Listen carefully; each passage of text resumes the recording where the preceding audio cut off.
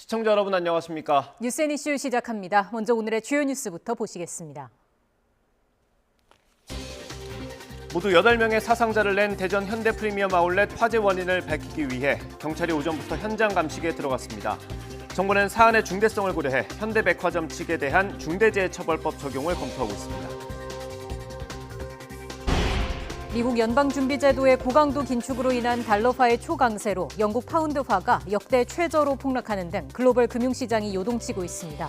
어제 급락했던 코스피는 장중 보합세를 보이고 원달러 환율은 이틀째 1,430원대 안팎을 오르내리고 있습니다.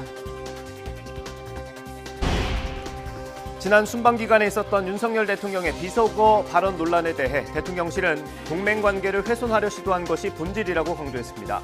국민의힘은 처음 보도한 MBC와 야당의 정원 유착 의혹을 집중 거론하고 민주당은 박진 장관 해임 건의안으로 맞서고 있습니다. 쌍방울그룹에서 뇌물을 챙긴 의혹을 받는 이화영 전 경기도 평화부지사의 구속 여부가 이르면 오늘 결정됩니다. 이 전 부지사 신병 확보 여부에 따라 이재명 민주당 대표 수사에도 영향을 줄 전망입니다. 북한이 한미 합동훈련은 전쟁의 도화선에 불을 붙이는 행위라고 비난했습니다. 핵무기 선제 사용을 공식화한 핵무력 정책 법제화는 미국의 적대 정책 때문이라며 유엔의 대북 제재는 인정하지 못한다고 밝혔습니다.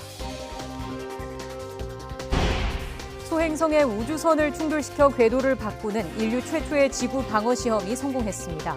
인류가 소행성을 대상으로 충돌 실험한 것은 이번이 사상 처음으로 실제 궤도가 바뀌었는지는 몇 주 뒤에 확인될 것으로 보입니다.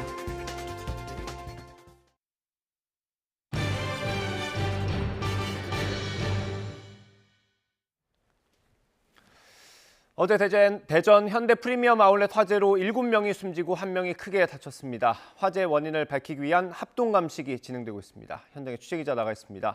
이상곤 기자. 네, 대전 현대 아울렛 화재 현장에 나와 있습니다. 네, 합동 감식이 지금 진행되고 있는 겁니까?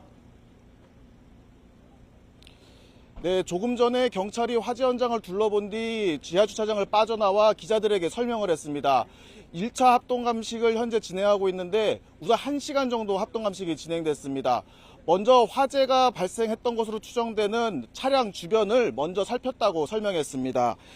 합동 감식은 오전 10시 40분쯤 시작됐습니다. 예정보다 40분 정도 늦어졌는데요. 조사관들은 한 곳에 모여 회의를 한 뒤 삽등을 들고 지하 주차장 내부로 들어갔습니다. 합동 감식에는 경찰과 국립과학수사연구원, 가스안전공사 등 8개 기관에서 40명이 참여했습니다. 이번 화재로 모두 7명이 숨지고 1명이 크게 다쳤는데요. 경찰은 국가수에서 사망자들의 사망 원인을 파악하기 위한 부검도 진행하고 있습니다. 소방당국은 불길보다 먼저 유독가스와 연기가 지하 주차장 전체로 급격히 퍼지면서 인명피해가 커진 것으로 보고 있습니다. 이 때문에 화재 당시 스프링클러와 제연 설비 등 소방 안전 설비들이 제대로 작동했는지도 확인이 필요한 부분입니다. 경찰은 사안의 중대성과 피해 규모를 고려해 대전경찰청 수사부장을 본부장으로 수사본부를 설치했습니다. 검찰도 화재 수사 지원팀을 구성하고 화재 원인 규명 등 경찰 수사를 적극적으로 지원하기로 했습니다. 네, 말씀해 주신 것처럼 인명피해가 유독 컸습니다. 그 이유가 어디에 있습니까? 네, 앞서 유독가스가 급격히 퍼졌다고 말씀드렸는데요. 이곳 지하 주차장에는 상품 상자 등 불에 잘 타는 물질들이 쌓여 있었습니다. 주차장 일부를 창고처럼 사용해온 건데요. 지난 2월 촬영된 영상에서 압축된 폐지 더미와 상자들이 쌓여있는 모습을 확인할 수 있었습니다. 소방당국은 이 적재물들이 급격히 연소해 많은 연기와 유독가스를 뿜어내면서 화재 피해를 키운 것으로 보고 있습니다.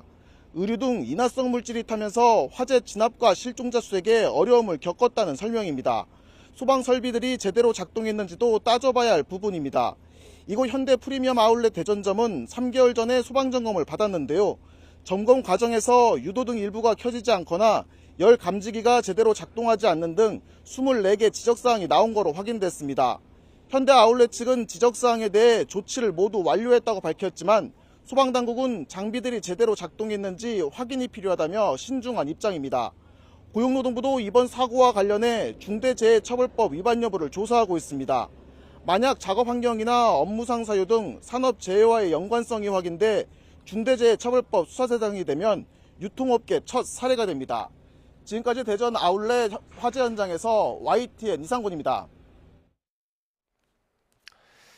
윤석열 대통령의 비속어 논란을 두고 여야 공방이 갈수록 격화하고 있습니다. 국민의힘은 야당이 정치적 이익을 위해서 국익을 훼손했다고 비판했고, 민주당은 오늘 박진 외교부 장관의 해임 건의안을 당론으로 채택할지 논의하기로 했습니다. 국회 취재기자 연결합니다. 정유진 기자. 네, 국회입니다. 일단 여야 공방 내용부터 전해주시죠.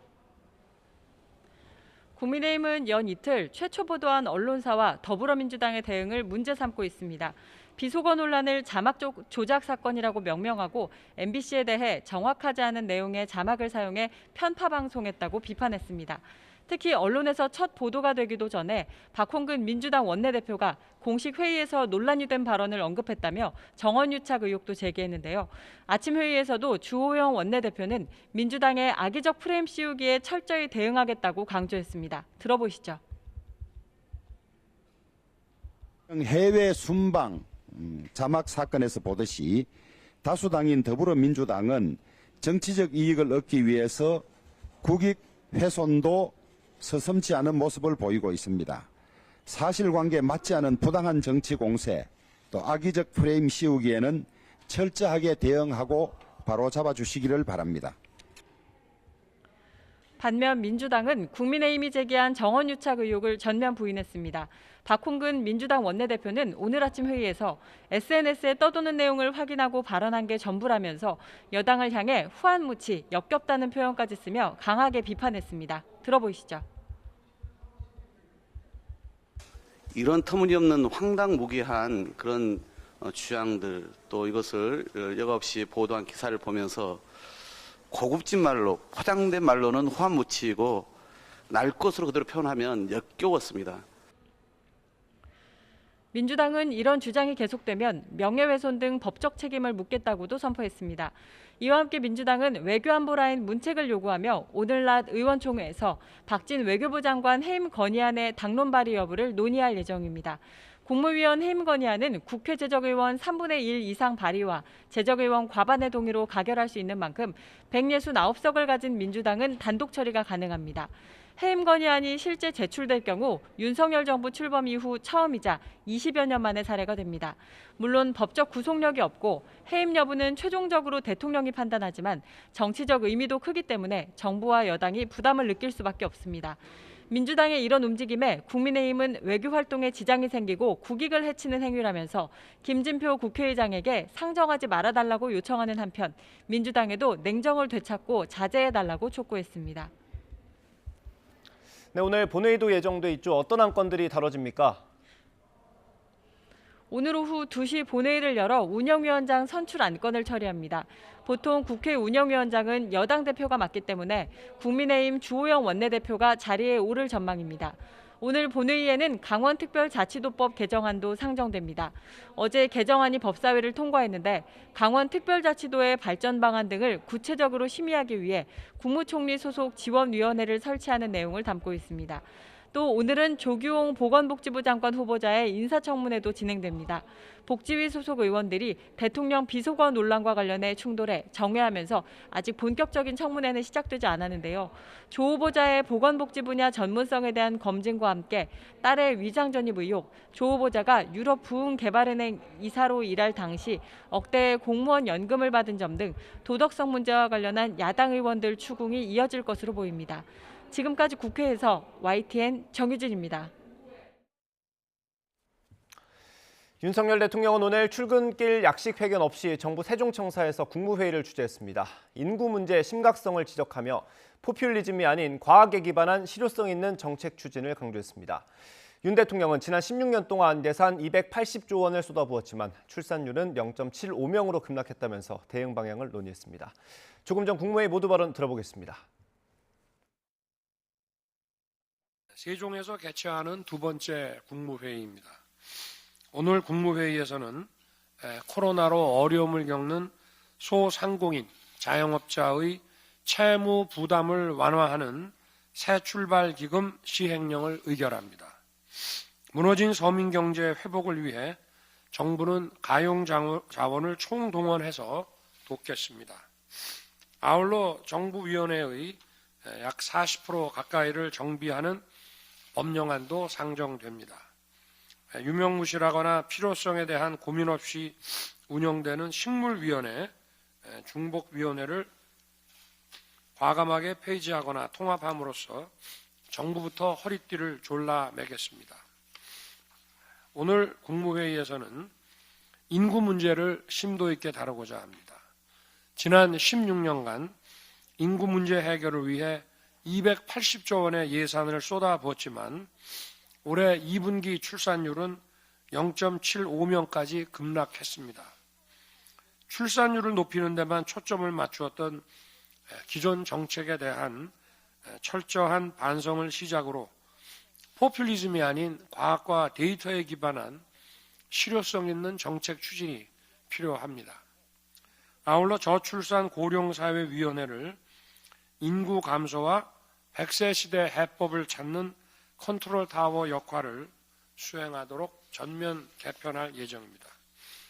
저출산 고령화 문제를 보다 근본적으로 풀어가기 위해서는 지역이 스스로 동력을 찾고 발전해야 합니다. 이를 위해 중앙지방협력회의, 이른바 제2국무회의도 각 지자체를 돌며 정례화해서 지방자치단체 장들과 함께 진정한 지방시대를 열어가는 길을 모색하겠습니다. 새롭게 출범한 대통령 직속 지방시대위원회를 세종에 설치하여 균형 발전의 구심점을 마련할 것입니다. 국무위원들께서도 어느 한 부처에만 국한되지 않는 문제인 만큼 함께 치열하게 고민해 주시기 바랍니다. 어제 대전의 아울렛 화재에서 안타까운 희생자가 발생했습니다. 희생되신 분들의 명복을 빌며 유가족에게도 위로의 말씀을 드립니다. 이번 화재는 최근에 건립된 현대식 시설에서 대규모 피해가 발생한 것입니다. 행안부를 중심으로 소방당국 등 관계 부처는 현재의 재난관리 방식을 원점에서 다시 들여다보는 계기로 삼아주길 당부드립니다. 네, 감사합니다. 쌍방울로부터 수억 원대 뇌물수수 의혹을 받는 이화영 전 경기도 평화부지사의 구속 여부가 이르면 오늘 결정됩니다. 이 전 부지사는 민주당 이재명 대표의 측근으로 꼽히는 만큼 구속 여부가 향후 이 대표와 쌍방울 관계에 대한 검찰 수사에도 영향을 줄 것으로 보입니다. 취재기자 연결해서 자세한 내용 알아봅니다. 송재인 기자. 네, 사회일부입니다. 네, 이화영 전 부지사에 대한 영장심사 지금도 진행되고 있습니까? 네, 오전 10시 반쯤부터 1시간 반째 진행되고 있습니다. 이화영 전 경기도 평화부지사의 영장심사 출석 모습 먼저 보시겠습니다. 이재명 대표와 측근으로 알고 있는데요. 이재명 대표와 뭐 걸려있는 사건입니까? 네. 혹시 그 법인카드 받아가지고 이용했다는 혐의 인정하십니까? 침묵하던 이 전 부지사는 이후 건물 안에서 취재진의 질문이 잇따르자 자신은 쌍방울 법인카드를 쓰지 않았다면서 혐의를 부인했습니다. 이 전 부지사는 지난 2018년 쌍방울 사회이사직을 사임한 뒤 경기도 평화부지사와 킨텍스 대표로 재직하며 3년여 동안 쌍방울 법인카드를 받아 매달 수백만 원씩 쓴 혐의를 받습니다.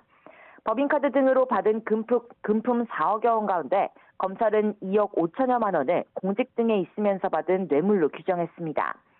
당시 쌍방울은 대표이사가 민족화의 협력 범국민협의회 공동의장을 맡는 등 대북사업 진출을 노리고 있었던 만큼 경기도 대북사업을 총괄했던 이 전 부지사에게 뇌물로 법인카드를 준 거로 의심하고 있습니다.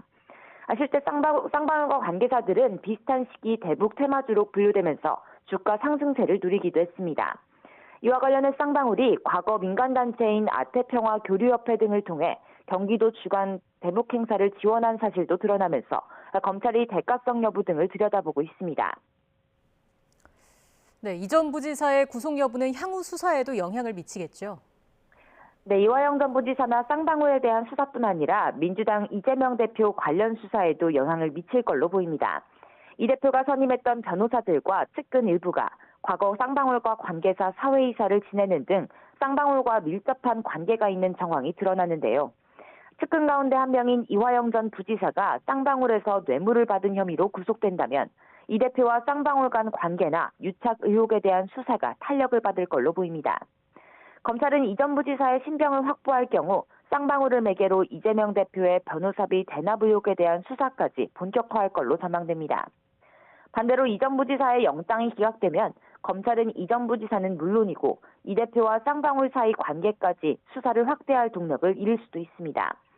검찰은 현재 김성태 전 쌍방울 회장의 해외 도피로 이 대표의 변호사비 대납 의혹 수사에 난항을 겪고 있는 상황이기도 합니다. 앞서 이전 부지사 측근 A씨는 역할과 지위를 고려할 때 구속의 상당성이 떨어진다는 법원의 판단으로 영장이 기각된 가운데 쌍방울 사회이사직과 경기도 평화부지사로서 역할과 지위가 더 뚜렷했던 이전 부지사의 구속 여부가 주목됩니다. 지금까지 사회 일부에서 YTN 송재입니다. 고위공직자범죄수사처가 수사 기록을 분실하자 고소장을 위조한 의혹을 받는 전직 검사를 재판에 넘겼습니다. 공수처는 공문서 위조와 사문서 위조 혐의로 윤모 전 검사를 불구속 기소했습니다. 윤 전 검사는 지난 2015년 12월 부산지검에 근무할 당시 고소장이 분실되자 같은 고소인이 낸 다른 고소장을 복사해 수사 기록에 넣고 수사 보고서에 직접 허위 내용을 쓴 혐의를 받고 있습니다. 공수처는 윤 전 검사에서 진술 기회를 주려 했지만 출석에 불응하고 체포영장도 2차례 기각됐다며 수사를 통해 충분히 확보한 증거를 토대로 기소했다고 설명했습니다. 코로나19 신규 확진자가 3만 명대를 기록하며 감소세를 이어갔습니다. 코로나19 오미크론 변이에도 대응할 수 있는 개량 백신 사전 예약이 오늘부터 시작됐습니다. 취재기자 연결합니다. 최명신 기자. 네, 최명신입니다. 네, 신규 확진자 현황부터 자세히 전해주시죠. 네, 오늘 0시 기준 코로나19 신규 환자는 39,425명입니다. 어제보다 2만 5천여 명 늘었습니다. 하지만 일주일 전보단 8천여 명, 2주 전보다는 17,000명 이상 줄며 감소세를 이어갔습니다. 화요일 기준으로는 지난 7월 12일 이후 11주 만에 최저치입니다. 위중증 환자는 401명으로 전날보다 26명 줄었고 사망자는 하루 사이 26명 늘어 누적 28,272명이 됐습니다. 어제부터 실외 마스크 착용 의무가 완전히 사라진 가운데 오늘부터는 오미크론 변이에도 대응할 수 있는 개량 백신 접종을 위한 사전 예약이 시작됐습니다. 코로나19 예방접종 대응 추진단은 코로나 유행 초기 바이러스와 오미크론 변이에 모두 대응할 수 있도록 개발된 2가 백신에 대한 사전 예약을 오늘부터 받는다고 밝혔습니다. 사전 예약에 따른 백신 접종과 당일 접종은 다음 달 12일부터 시행됩니다. 방역당국은 모더나 개량 백신이 임상시험에서 기존 백신보다 초기 코로나19 바이러스의 1.22배, BA1에는 1.75배 더 높게 바이러스를 무력화하는 능력을 보이며 효과성을 입증했다고 설명했습니다.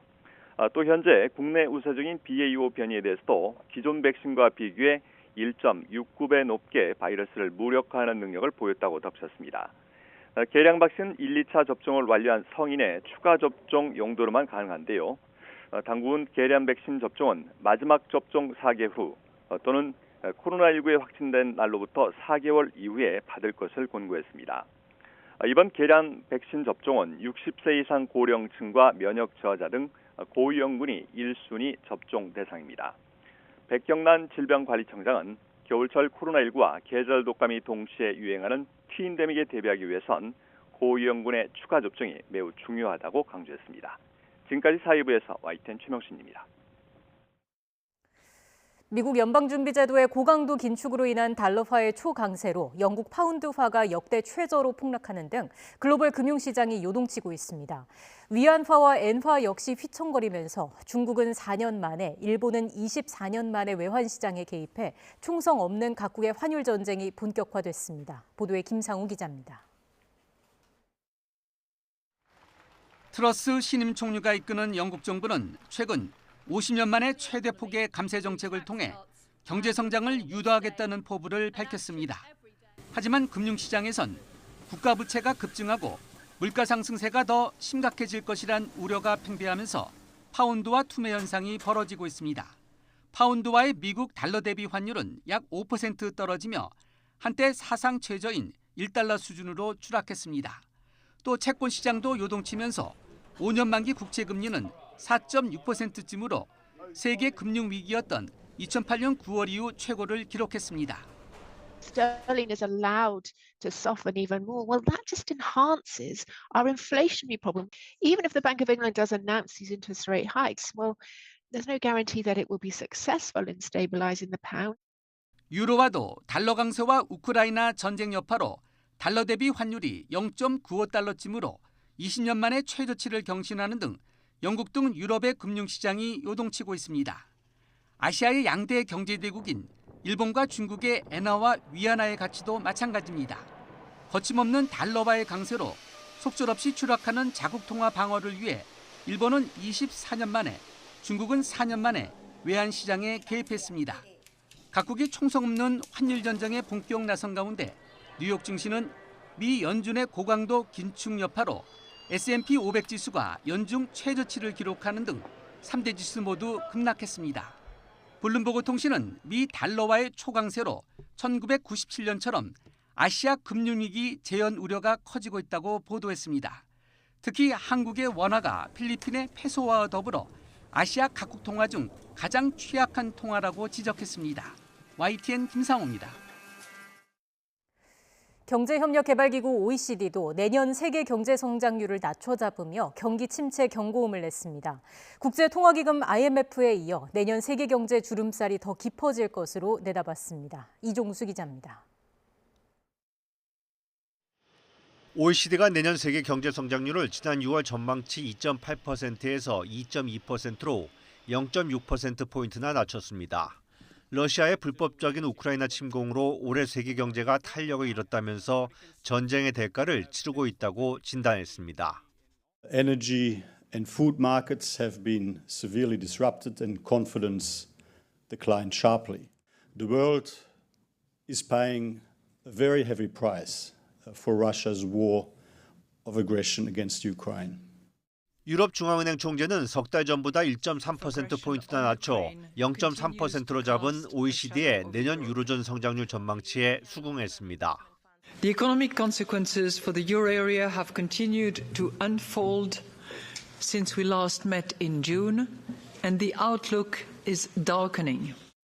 OECD는 특히 유럽연합 경제를 이끄는 독일의 내년 경제 성장률 전망치를 러시아의 천연가스 공급 감축 등의 영향으로 마이너스 0.7%로 대폭 낮췄습니다. 주요 두 개 나라 미국과 중국의 내년 경제 성장률은 각각 0.7%포인트, 0.2%포인트 낮춰 0.5%, 4.7%를 기록할 것으로 예상했습니다. 전 세계 물가는 내년에도 오르겠지만 공급망 병목 현상 완화 등에 힘입어 올해보다 속도가 느려질 것으로 전망했습니다. 앞서 국제통화기금 IMF도 우크라전과 주요국 통화 긴축으로 지난 7월에 내년 세계 경제 성장률 전망치를 3.6%에서 2.9%로 대폭 하향하며 경기 회복이 지연될 것으로 예상했습니다. YTN 이종수입니다.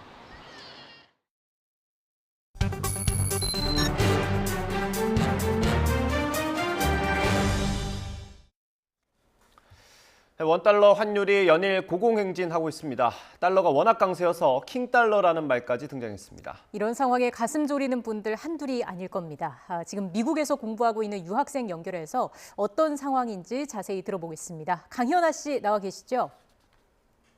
네, 안녕하십니까. 네, 안녕하세요. 먼저 자기소개 좀 부탁드립니다. 네, 저는 현재 미네소타 주립대에서 생명공학 전공하고 있는 4학년 강연아라고 합니다. 지금 미국 생활하신 지 얼마나 되신 건가요? 2019년에 처음 유학 와서 현재 4년째 생활하고 있습니다. 예, 저희가 국내에서는 원달러 환율이 계속해서 오르고 있다는 소식 전해드리고 있는데 현지에서 느끼시기에는 좀 어떻습니까? 진짜 많이 부담이 되고 있는데요. 원래 한 달 용돈으로는 부모님께 약 1,200불 정도 받던 상황이었는데 지금 환율이 너무 올라서 용돈 받기가 너무 죄송해서 가능하면 최대한 안 받기로 부모님과 말씀이 되어 있습니다. 그리고 요즘 또 학비를 낼 시기가 다가오고 있어서 부담이 더 되고 있습니다. 그럼 1년 유학비로 따지면 대충 얼마나 돈이 더 드는 셈인가요? 예전과 처음 왔을 때와 비교해 봤을 때 약 140만 원 정도는 한 학기에 더 든다고 하면 될 것 같습니다. 예, 요즘 환율이 워낙 많이 오르다 보니까 환율 자주 확인하실 것 같은데 어떻습니까? 예전이랑 비교하면 뭐.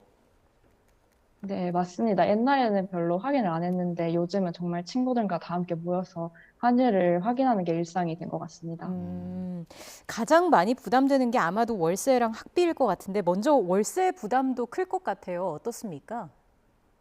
네, 맞습니다. 원래 생활비로 받던 돈의 약 절반 정도, 대략 한 550불 정도는 월세와 공과금으로 지출했었는데요. 예. 지금 달러가 굉장히 오른 이 상황에서는 이 월세 내는 것도 굉장히 버겁게 느껴지고 있는 것 같습니다. 예. 학비는 좀 어떻습니까? 원화로 따지면 많이 올랐을 것 같은데요. 네, 아까 말씀드린 것처럼 지금 달러가 오른 바람에 한 학기에 140만 원 정도 더 올랐고요. 그리고 기본적으로 학비가 계속 오르고 있기 때문에 이 부모님께 이중적으로 부담을 드리는 셈이 되는 것 같습니다. 아, 그러니까 환율이 아니더라도 학비 자체가 오르고 있다는 말씀이신 거죠? 네, 물가와 같이 학비도 같이 오르고 있습니다. 그런 와중에 환율이 뛰고 있는 거고요. 그럼 지금 생활비는 어떻게 마련을 하고 있습니까? 현재 학생 비자로 미국에 와 있을 때는 교내 아르바이트만 가능한 상태고요. 그리고 또 일주일에 최대 20시간 제약이 있기 때문에 저는 현재 국제학생센터에서 20시간을 최대로 채워서 일주일에 20시간 일하고 있고요. 시급은 약 12불 정도 돼가지고 일주일에 240불 정도 벌면서 이걸로 생활비를 벌고 있습니다. 그러니까 아르바이트를 할 수 있는 만큼 다 해도 원래 부모님께 받는 돈만큼이 안 되는 거죠? 네, 맞습니다. 아무래도 부모님들이 좀 걱정이 많으실 것 같은데 어떻습니까? 네, 알바 시간이 많이 늘어서 저도 일단 학업에 소홀해질까 봐 걱정이 많이 되고 있고 부모님도 이 학업과 또 알바 괜히 제가 무리하는 건 아닌지 많이 걱정하고 계십니다. 예, 부모님 마음이 좀 안 좋으실 것 같고요. 환율이 올라서 많이 부담이 되는 비용 또 어떤 게 있을까요? 지금 환율도 환율인데 특히 코로나 이후로 생활비가 전체적으로 다 올랐습니다. 특히 기름값이 정말 많이 올랐는데요. 제가 처음 왔을 때는 약 1불대였는데 현재는 지금 최근에 4불대까지 찍었고요. 또 기름값뿐만 아니라 우유나 계란 이런 식료품 값도 굉장히 많이 올랐습니다. 예를 들면 계란 36개에 7불이었는데 현재는 10불 이 정도로 이런 식료품조차 굉장히 부담이 되고 있는 상황입니다. 예, 그렇게 마트에서 사는 식료품이 오르면 주변의 식당들도 가격을 좀 올릴 수 있을 것 같은데 어떻습니까? 네, 맞습니다. 그 식당도 밖에 사 먹는 게 굉장히 어려운데요. 그 밖에 나가서 간단히 먹으면은 한 끼 약 15불에서 20불 정도 나오고 조금 더 좋은 식당을 가도 30불까지 내야 하는데 이게 처음 미국이랑 왔을 때 환율이랑 비교해보면 한 끼당 4,000원 정도나 더 내야 하는 셈이기 때문에 밖에 나가서 사 먹는 것도 부담이어서 외식을 최대한 줄이려고 하고 있습니다. 그렇네요. 이런 상황이면 뭐 5달러, 10달러 한 번 쓸 때도 고민이 많이 될 것 같고요. 지금 뭐 소비를 많이 줄이고 있다라는 이야기를 해주셨는데 한국에서는 물가가 너무 올라서 짠테크라는 말도 나오고 있거든요. 이게 이제 주변 사람들이랑 물건을 공동으로 사고 아예 돈을 안 쓰는 그런 챌린지도 있는데 주변 친구들과 이런 이야기를 함께 하기도 합니까? 안 그래도 얼마 전에 짠테크라는 얘기를 듣고 친구들과 얘기를 나눠봤는데 저희가 이미 하고 있었던 것 같아요. 사실 저희가 식료품 장을 보러 가서도 좀 대용량을 저렴하게 파는 곳에 가서 대용량을 산 다음에 친구들과 다 같이 나눠 쓰고 있었거든요. 그래서 이런 게 짠테크가 아닐까 생각했습니다. 예, 그렇군요. 그래도 이제 유학을 갈 정도면 경제적으로 좀 여유가 있는 편 아니냐 이런 시선도 있을 것 같긴 합니다. 주변 친구들도 강연아 씨처럼 많이 힘들어합니까? 어떻습니까? 네, 다들 많이 힘들어하고 있습니다. 예전에는 뭐 아르바이트 안 하는 친구들이 열에 5명 정도였다면은 최근에는 열에 한 2~3명 정도로 많이 줄었습니다. 그나마 제가 있는 곳은 좀 외곽 지역이어서 좀 나은 편인데 큰 도시로 나가면은 생활비 이런 게 더 비싸서 아마 더 심각한 상황일 것 같습니다. 혹시 뭐 진로에 대한 고민도 해본 적이 있을까요?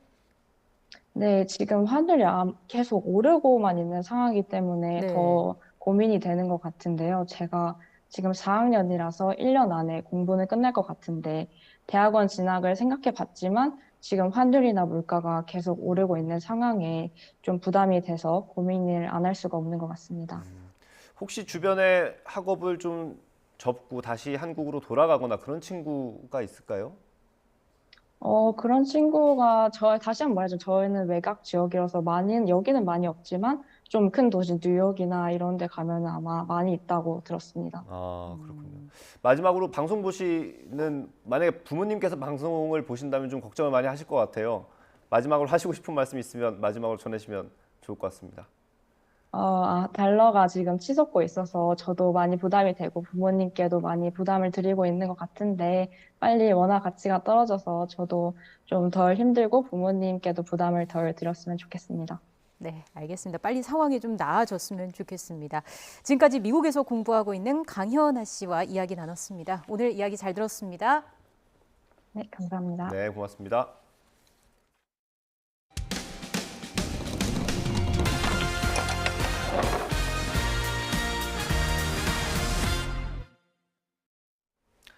벤츠 최고급 모델인 S클래스에서 시동 꺼짐 현상이 잇따른다는 보도 여러 차례 전해드렸습니다. 이번에는 고속도로 한복판에서 시동이 꺼졌습니다. 당장 큰 사고가 일어나도 이상할 게 없는 아찔한 상황이 반복되지만 관계기관의 결함 조사는 결론이 날 기미가 보이질 않습니다. 김혜린 기자의 보도입니다. 시속 98km로 고속도로를 달리던 벤츠 최신 모델 S580 차량. 도로 한복판에서 갑작스레 속력이 떨어집니다. 금세 따라붙은 뒷차를 피해 차선을 바꿔보지만 옆 차선에선 25톤 트럭이 달려오는 상황. 들이받칠 뻔한 아찔한 순간에 트럭이 가까스로 방향을 틀면서 참사를 피했습니다. 한 몇 초 만에 차가 그냥 어떻게 동작할 수 없을 정도로 섣버리니까 너무 놀랐죠. 어떻게 손 쓸 수 있는 방법이 없었어요. 그래서 한 3, 4분 정도의 고속도로에서 가운데서 나가지도 못하고. A씨가 차를 구매한 건 지난해 6월 중순. 이후 같은 현상이 5차례나 발생했습니다. 이번엔 죽을 수도 있었다는 생각에 정신과 진료를 받을 정도로 고통에 시달렸지만 벤츠 측과 판매사 측은 서로 책임을 떠넘기기만 했습니다. 벤츠 코리아에서는 차량 판매한 데다 밀고 중대기업이니까 벤츠 코리아에서 책임지는 거 아니냐고 5천만 원을 감가상각비로 저한테 요구를 했어요. 그래서 장기간으로 가면 고객이 손해다 이런 식으로 계속 회유하고. 잇따르는 벤츠 S580의 시동 꺼진 문제는 48V 배터리 관련 결함으로 추정됩니다. 벤츠 측이 지난해 같은 배터리를 사용하는 다른 모델에 대해 무상 수리를 진행하기도 했습니다. 하지만 관계기관인 국토교통부는 1년 3개월이 넘도록 결함 조사를 진행 중입니다. 국토부 조사 대상은 CLS 등 비슷한 문제가 발생한 하위 모델인데 벤츠 측에선 최고급 모델인 S580에서 나타나는 문제와는 별개라며 선을 긋고 있습니다. 게다가 조사 결과가 나오더라도 제조사에 강제 시정 명령을 내리는 리콜까지 이어지진 않을 가능성이 큽니다. 자동차 시동이 걸리지 않는 결함을 리콜 대상으로 명시하고 있는 일본 등과 달리 우리나라에는 명확한 규정이 없기 때문입니다. 국토부 측은 지금까지 조사에서 확인된 S580 등의 문제가 주행 중 시동 꺼짐이 아니라 정차 후 재시동 오류로 추정돼 안전에 지장을 주는 결함으로 단정짓기도 어렵다고 설명했습니다. 고속도로에서 3분간 정차되어 있다고 하는 것은 엄청난 후방 충돌 위험에 시달리는 거기 때문에 당연히 안전에 엄청난 위험을 받은 거고 리콜 대상으로 보아야 합니다. 국토부 조사는 최근에야 예비조사가 끝나고 본조사가 시작돼 결과는 내년 이후에야 나올 예정. 리콜 여부가 결정나려면 이후 심의위원회 등도 거쳐야 하는 만큼 차주들의 불안한 주행은 한동안 계속될 수밖에 없을 거로 보입니다. YTN 김혜린입니다. 수백억 원이 들어간 정부의 초대형 방제선이 재기능을 하지 못하는 상태에서 취항식까지 했다는 소식 전해드렸습니다. 그런데 이 불량 장비가 해경 검사에서는 모두 합격 판정이 나온 걸로 확인됐습니다. 사전에 장비 이상을 걸러내지 못한 건데 해명은 더 황당했습니다. 강민경 기자의 단독 보도입니다. 초대형 방제선인 엔다모의 필수 장치인 오일펜스의 문제점이 처음 발견된 건 지난 5월 말. 해양환경공단은 취항식을 앞두고 진행한 시운전에서 기름 확산을 막는 장치인 오일펜스가 물에 뜨지 않는다는 걸 확인했습니다. 수리를 시도했지만 정상 작동이 어렵다는 결론을 내렸고 제조사 측에 새 오일펜스를 만들어달라고 요청했습니다. 그런데 YTN 취재 결과 문제가 있는 오일펜스는 시운전 훨씬 전인 재작년과 지난해 해양경찰청이 주관한 성능시험과 건조사가 주관한 장비 작동 검사를 모두 통과했던 걸로 드러났습니다. 당시 검정 성적서입니다. 재질검사와 보건성은 물론 가장 문제가 됐던 부유시험까지 모두 우수한 점수로 합격 판정을 받았습니다. 해양경찰청이 수리가 안 될 정도로 불량인 필수 장비를 제대로 걸러내지 못한 채 합격 처리한 겁니다. 석연치 않은 합격 판정 과정에 대한 해양환경공단의 답변은 더 황당합니다. 성능시험과 작동검사는 원래 통제 환경인 도크 안에서 이루어져서 조류가 세고 파도가 거친 실제 바다에서는 다른 결과가 나올 수 있다는 겁니다. 애초에 엔다모는 태양기름 유출 때와 같은 악천 후에도 방제 작업을 수행하기 위해 만들어진 만큼 앞뒤가 안 맞는 답변입니다. 2022년 국내 최초 대형 방제선 엔담호의 등장으로 기상 악화 시에도 효과적으로 대응할 수 있게 되었습니다. 오일 펜스로 해상 유출류를 가두고 유해수기로 수면에 떠있는 기름을 회수합니다. 악천후는커녕 시운전에 나갈 정도의 바다에서 큰 문제점이 발견된 만큼 출항 전에 검사를 더 꼼꼼히 했어야 한다는 지적이 나옵니다. 환경 재난이나 국민들의 재산을 지키기 위한 엔다머의 건조 목적을 비춰봤을 때도 출항 전에 이 엔다머의 기능을 꼼꼼히 살펴봤어야 한다고 생각합니다. 해양환경공단은 여전히 기름을 가두는 오일 펜스는 엔다모의 여러 부속 장비 가운데 하나일 뿐이고 보수 작업이 진행되고 있어 문제가 없다는 입장을 고수하고 있습니다. YTN 강민경입니다. 오늘도 청명한 가을 날씨입니다. 제주 애월읍에는 가을의 전령사 코스모스가 만개했는데요. 파란 하늘 아래 핑크빛 코스모스 물결이 장관을 이루고 있습니다. 오늘도 맑은 하늘에 볕이 꽤 강하게 내리쬐겠습니다. 서울과 광주의 한낮 기온은 28도까지 오르면서 아침과 비교해 일교차가 15도 안팎으로 크게 벌어지겠고요. 덥게 느껴지겠습니다. 위성 영상입니다. 오늘 전국 하늘 구름만 간간히 지나고 있습니다. 낮 동안 맑은 날씨가 이어지겠고 영남 동해안은 동풍의 영향으로 밤부터 비가 살짝 지나겠습니다. 대기도 차차 건조해질 것으로 보여서 불씨 관리 잘 해주셔야겠습니다. 오늘 낮 동안 다소 덥게 느껴지겠습니다. 서울 28도, 춘천 28도, 창원 27도까지 오르겠습니다. 이번 주 내내 맑은 날씨가 이어지겠고 다음 주 화요일에는 전국에 한 차례 비가 내리겠습니다. 지금까지 날씨 정보였습니다. 소행성의 우주선을 충돌시켜 궤도를 바꾸는 인류 최초의 지구 방어 시험이 성공했습니다. 지구 밖에 1,100만 킬로미터 지점에서 우주선이 소행성에 정확히 충돌한 겁니다. 실제로 소행성의 궤도가 바뀌었는지는 몇 주 뒤에나 알 수 있을 전망입니다. 양회영 기자가 보도합니다. 하나의 점으로만 보이던 소행성. 충돌 4분 전 1,500km까지 가까워지자 소행성 디디모스와 위성 디모르포스의 모습이 보입니다. 충돌 3초 전 암석으로 가득한 디모르포스의 표면이 드러났고 이후 신호가 끊어졌습니다. 쌍소행성 궤도 수정 시험, 이른바 다트 미션의 우주선이 우리 시각으로 오늘 오전 8시 14분에 초속 6km의 속도로 소행성 디모르포스에 충돌했습니다. 지난해 11월 발사돼 10개월 동안 무려 1,080만 킬로미터를 날아가 표적에 정확히 부딪히면서 인류 최초의 지구 방어 시험이 성공한 겁니다. Our world's first planetary defense test mission. On behalf of the Applied Physics Laboratory, congratulations to the DART team and to NASA on this historic accomplishment and first demonstration of a game-changing planetary defense capability. Go DART! 이번 충돌 시험은 우주선을 의도적으로 소행성에 충돌시켜 소행성의 진로를 바꿀 수 있는지 확인하는 데 의미가 있습니다. 나사는 우주선 충돌에 성공하면서 디모르포스의 공전 궤도가 바뀌었을 것으로 보고 있습니다. 다트 우주선과 함께 발사된 리시아 큐브는 충돌 3분 뒤 디모르포스에 다가가 충돌 이후의 변화를 촬영했는데 정확한 관측 정보를 분석하는 데에는 며칠이 걸릴 예정입니다. Right, we lost signal at the expected times. That clearly broke. You could find some pieces in the crater. You could find pieces. They'd probably be pretty shattered. You could find debris leaving also. So I don't know that you would recognize it. We'll have to. 지구의 750만 킬로미터 이내로 접근하면서 지름이 140m 이상인 소행성을 지구 위협 소행성이라고 부릅니다. 지금까지 밝혀진 지구 위협 소행성은 2,000여 개지만 크기가 작아 아직 발견되지 않은 소행성은 이보다 많을 것으로 추정됩니다. 전문가들은 이번 시험으로 인류가 소행성 충돌 위협에 대비할 수 있게 됐다는 점에서 의미가 크다고 말했습니다. YTN 사이언스 양우영입니다.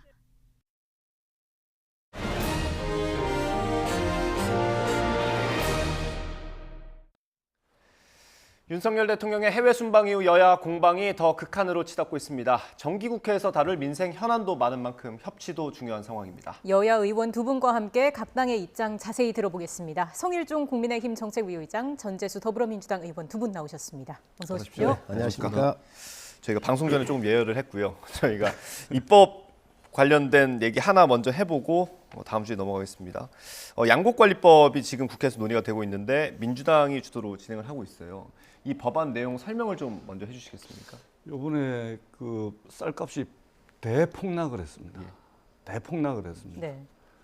쌀은 뭐 지금은 이제 주식의 의미가 좀 많이 사라지긴 했지만 그래도 우리가 끝끝내 포기할 수 없는 주식 중에 곡물 중에 하나가 쌀입니다. 우리는 쌀값을 안정화시켜야 되고 그리고 농민들이 안정적으로 쌀을 생산할 수 있는 그런 분위기를 만들어야 됩니다. 최근에 보십시오.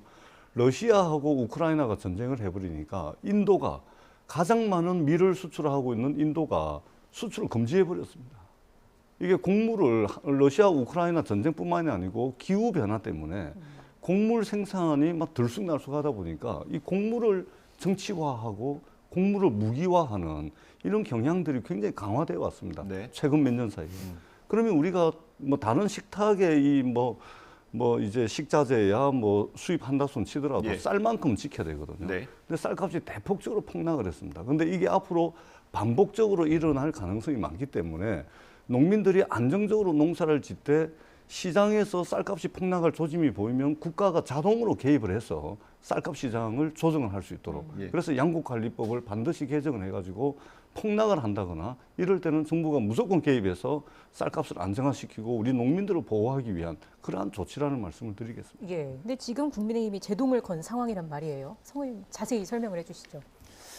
전 의원님은 부산이잖아요. 농촌을 모르잖아요. 저는 서산 태안이잖아요. 예. 이게 제가 좀 더 잘 알지요. 그래서 농사는 지어봤습니다. 저는 농사 지어봤습니다. 그럼요. 제 고향이 경상남도 의령입니다. 농사 많이 짓습니다. 우리 전 의원님 얘기하시는 게 다 지금 정말 틀린 이야기입니다. 지금 이 쌀값의 폭락의 모든 농정 실패의 책임은 문재인 정부한테 있습니다. 이렇게 얘기하면 전 의원님이 또 왜 전 정부 탓하냐 이럴 텐데 2020년도에 흉년이 들어가지고 시장에 쌀이 10만 톤이 부족했어요. 네. 10만 톤만 내놓으면 될 거 아닙니까 정부가? 근데 정부 비축 물량 30만 톤을 풀은 거예요. 20만 톤이 추가적으로 더 나오니까 가격이 떨어진 겁니다. 작년도에 풍년이 들었어요. 네. 통계를 뽑았는데 통계 실수에 의해서 민주당이 27만 5천 톤만 사면 된다 그랬거든요. 네. 그것도 늦게 샀어요. 그리고 저희 정부가 들어서 쌀 문제가 있어서 제가 앞장서가지고 10만 톤을 더 추가 사가지고 격리를 시켰는데 쌀값이 안 올라간 거예요. 네. 세 번째는 왜 그러냐 그러면 타작물로 대체작물을 재배하는 게 있거든요. 쌀이 너무 많이 생산이 되니까 이 논을 예를 들면 뭐 마늘이나 또 뭐 배추나 이런 거로 좀 전환해 가지고 하게 되면 지원해 주는 제도가 있는데 2년 전에 이거를 문재인 정부에서 다 없애버렸어요. 쌀이 많이 나올 거 아닙니까? 그래 놓고 나서 이거를 마치 한 번도 민주당은 농민들한테 미안하다고 한 적이 없습니다. 그래 놓고 나서 이 양곡관리법을 가지고 나와가지고 이재명 대표가 뭐 민생 한다 그러는데 그러면서 이 법을 들고 나온 거예요. 이건 있을 수 없는 이야기죠. 자, 그러면 어떤 문제가 있느냐. 저도 쌀만 생산하면 이 법 통과할 수 있습니다. 네. 근데 우리 국민이 쌀만 먹고 삽니까? 다른 무, 배추, 뭐 마늘 다른 거 다 하잖아요. 과일 같은 거 다 있잖아요. 그러면 이게 잉여 생산물이 됐을 때 국가가 다 사야 되는 거예요. 그러면 농산물만 사면 되겠습니까? 축산물도 돼지 같은 축산물 같은 경우 필요하고 또 여러 가지가 있을 텐데 이런 거 다 사줘야 돼요. 그럼 어민은 또 가만히 있겠습니까? 고등어가 더 잡히거나 오징어가 더 잡히면 다 사야 되는 거예요. 대한민국은 시장 경제를 지향하는 나라입니다. 그렇기 때문에 이거를 그렇게 할 수가 없는 거예요. 그래서 또 농사는 뭐냐? 하늘의 일기에 달려 있잖아요. 네. 그래서 일기가 좋아서 풍년이 들면 정부가 최소한의 개입을 통해 가지고 적정한 농민의 이득을 보장을 하면서 사 들여서 격리해놓고 흉년이 들면 그만큼 풀고 하는 거예요. 예. 이거를 계속 해온 겁니다. 민주당의 박완주 의원이 20대에도 이 법안을 내놨고 박완주 의원이 정책의장을 했어요. 예. 왜 이 법안을 문재인 정부에서 통과를 못 시켰겠습니까? 시장 경제를 지향을 하고 이런 일기나 이런 거에 의해서 일어날 때마다 정부는 최소한의 개입을 하기 위해서 하는 거예요. 이렇다고 한다면 협동농장인 사회주의나 공산주의가 똑같은 거예요, 대한민국이. 이런 것들을 모르고 지금 정부가 그저 표 얻기 위해서 인기 영합주의에 기반을 둬가지고 양국관리법을 밀어붙이는 거는요, 대한민국의 시장 경제를 포기하는 겁니다. 이렇게 했었을 경우 다 사주는데, 그러면 이 이득이 다 대농 중심으로 가는 거예요. 소농 중심이 아니에요. 그리고 쌀이 무한적으로 많이 생산이 되면 그걸 정부가 다 사주니까 그때 내년에 올해 추수되는 것만도 한 2조 원 넘게 정부가 적자를 감수하면서 사는 거거든요. 네. 그렇기 때문에 여러 제도를 통해서 국가의 재정이나 농민의 사정 이런 거를 고려해서 최소한의 개입을 통해서 하는 게 맞지. 이 법안 통과시키면요, 다른 타작물 다 통과시켜야 됩니다. 예. 집권해봤던 민주당이 이런 법안을 내면 안 되는 것이고요. 제가 공식적으로 제안을 했습니다. 민주당 이거 가지고 TV 토론하십시다. 예. 지금 대한민국의 농가와 농민을 보호하자 그랬더니 자본주의 시장 질서를 파괴하는 사회주의라고 욕을 합니다. 아니, 이게 가능한 비판입니까? 대한민국의 농민과 농가 소득을 안정적으로 보장하고 이 러시아 우크라이나 전쟁뿐만 아니라 기후변화 때문에 세계 곡물 시장이 요동치고 있는 판에 안정적으로 우리의 주식인 쌀을 최소한 안정장치를 마련하자 그랬더니 시장 질서를 파괴한다 그럽니다. 사회주의를 이야기를 합니다. 아니 그럼 공정거래위원회 왜 둡니까? 윤석열 정부 출범하고 공정거래위원회 해체시켜야죠. 공정경제, 독과점 이런 규제를 왜 합니까?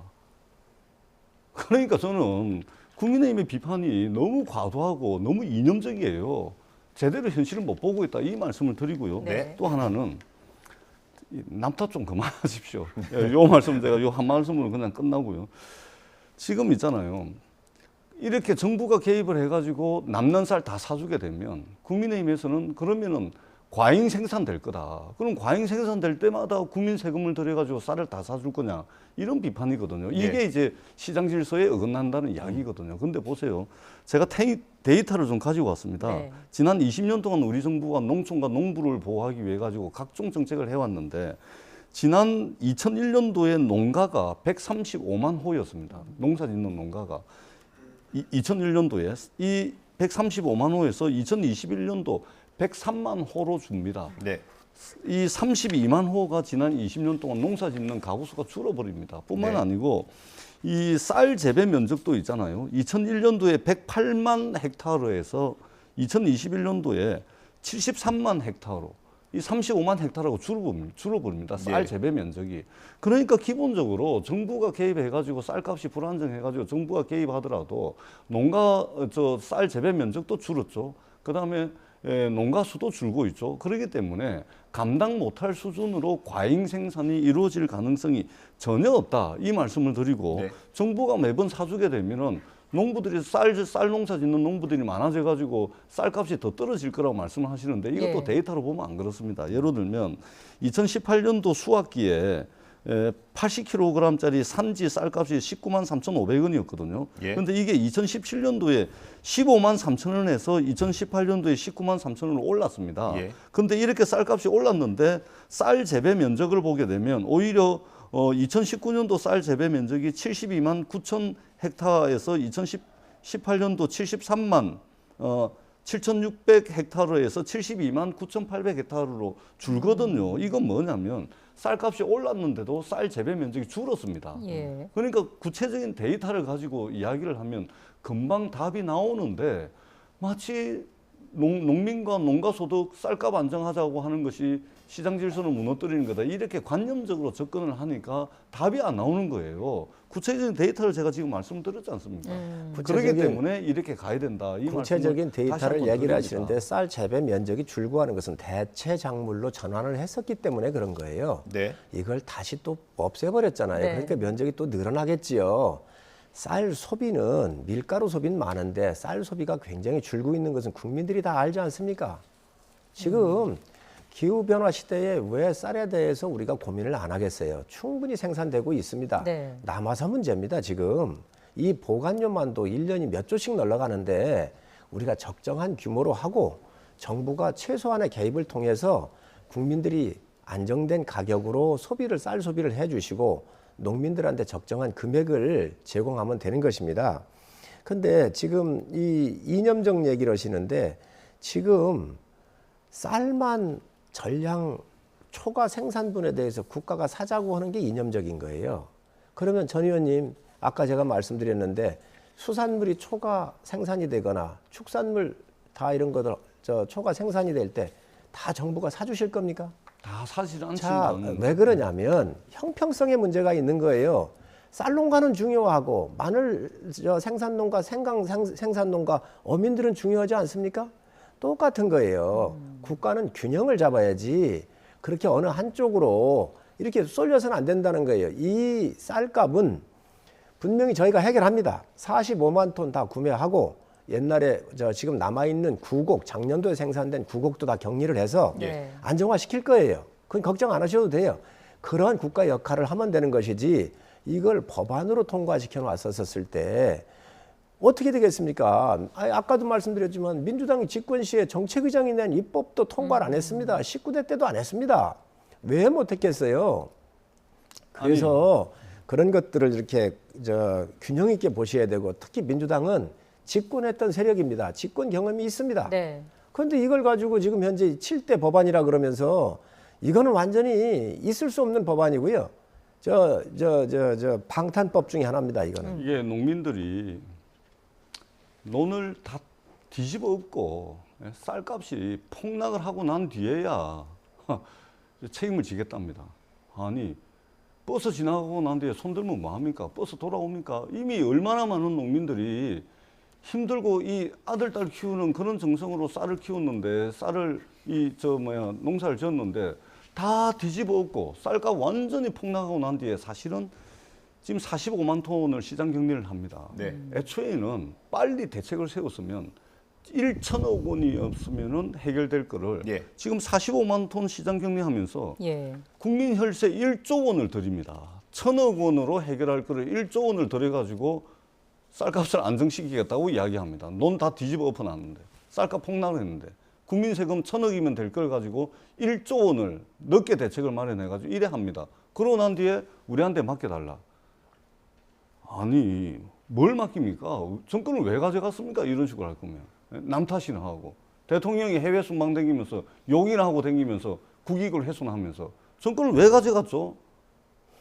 그렇기 때문에 이 쌀값이 쌀의 수급, 쌀값이라는 게 굉장히 유동적이기 때문에 적정한 수준에 오게 되면 국가가 자동 개입해가지고 적어도 우리 주식만큼은 쌀만큼은 쌀을 다른 공산품처럼 뭐 신발, 양말, 이런 거 하고 단순 비교하는 공산품의 하나로서 쌀을 보는 것이 아니고 적어도 곡물 자원. 곡물이 정치화되고 곡물이 무기화될 수 있다는 측면에서 쌀을 봐주십사 하는 말씀을 드리도록 하겠습니다. 1천억이면 맞겠다. 그런데 1조 원이 들었다. 전혀 근거 없는 얘기입니다. 아니, 지금 45만 톤 시장 경량이 잠깐만요. 차례로 듣겠습니다. 있을 수 없는 얘기고 이거 정말로 우리 전 의원님 제대로 파악 못하고 하시는 겁니다. 민주당 정권에서 작년도 격리를 했어야지요. 올해 4월, 5월 초에서야 이 민주당이 약속한 27만 톤 격리를 한 겁니다. 안 돼서 저희가 그 이후에 10만 톤을 격리를 했고 왜 이걸 늦게 발표하냐고 그러는데요. 9월 말에야 이 벼가 익어가지고 통계치가 나옵니다. 농촌진흥청에서. 그래야 올해 25%, 30%가 더 증수가 될 건지 안 될 건지를 알아야 이 톤수를 정할 거 아닙니까? 통계가 이게 9월 말이나야 이제 정확하게 나오는 거예요. 그것도 안 나오는데 지금 할 수 있습니까? 지금 벼가 익고 있는데. 그래서 이러한 행정적인 절차가 있고 통계를 정확하게 뽑는 와중이어서 그런 건데 마치 1천억이면 막을 수 있었는데 1조 원 드려야 된다고요? 이 있을 수 없는 얘기를 국민들한테 이렇게 막 하시면 안 됩니다. 전 의원님. 아, 오늘 왜 그러십니까, 진짜? 우리 정책 의장님께서 조금 전에는 시장 논리 말씀하셨는데 지금은 또 완전히 반시장적 말씀을 하십니다. 시장에서요, 쌀 시장에서 올해 수확량이 얼마 정도일 거다, 얼마만큼 과잉 생산된다는 것을 알고 시장에 보이지 않는 손에 의해 가지고 쌀값이 폭락한 겁니다. 9월 달에 이 쌀이 여물어 봐야 수확량이 얼마인지를 알 수 있는 것이 아니고 이미 작황을 보게 되면 올 수확량이 얼마이다라는 것을 알 수가 있습니다. 보이지 않는 이 시장이, 보이지 않는 손에 의해 가지고 시장이 이번에 너무 과잉 생산됐구나. 그래 가지고 쌀 시장에서 이 쌀 가격이 폭락을 한 거 아닙니까? 이미 시장에서 얼마만큼 수확량이 될 것이다라고 다 예측을 하고서 가격으로 이미 움직였는데 무슨 수확량이 아직도 안 정해졌다 이렇게 말씀을 하시면 무슨 말씀을 하십니까? 가격은 문재인 정부 때부터 폭락을 시작한 시장에서 거예요. 이미 올 수확량이 얼마인 줄 알고 쌀 가만히, 가격이 폭락을 했는데 무슨 수확량이 얼마인지 모른다는 말씀이 이게 말이 되는 겁니까? 전 의원님, 쌀값은 문재인 정부에서부터 폭락을 시작을 했고 또 문재인 정부 탓입니다. 사실인데 뭘 그러십니까? 사실도 얘기하지 말란 말입니까? 아니, 그래서 언론 탓, 문재인 정부 탓, 가만히 있어보세요. 탓. 아니 문재인 정부에서 남 탓해가지고 국정 운영은 언제 합니까 도대체? 문재인 정부에서 제대로 이 쌀을 사줘야 될 타임도 놓쳤고 양도 실패했고 10만 톤이 부족할 때 30만 톤을 냈다 팔아가지고 쌀값을 망친 게 문재인 정부예요.